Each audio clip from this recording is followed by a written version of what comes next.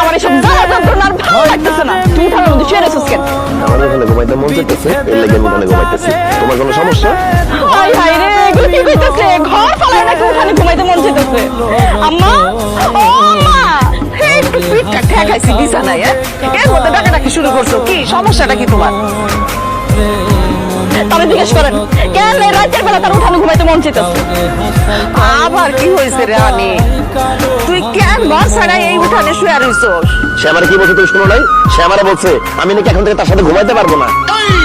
আমি পুরুষ মানুষ না, আমার কি লাজ লজ্জা নাই? আমি সিদ্ধান্ত নিচ্ছি আমি আল্লাহকে ঘুমাবো না। ওই ঘরে ঘুমাবো, আমি বাইরেই ঘুমাবো। ওরে বাবা রে, ওটা তো আমি রাগের মাথায় কইছি।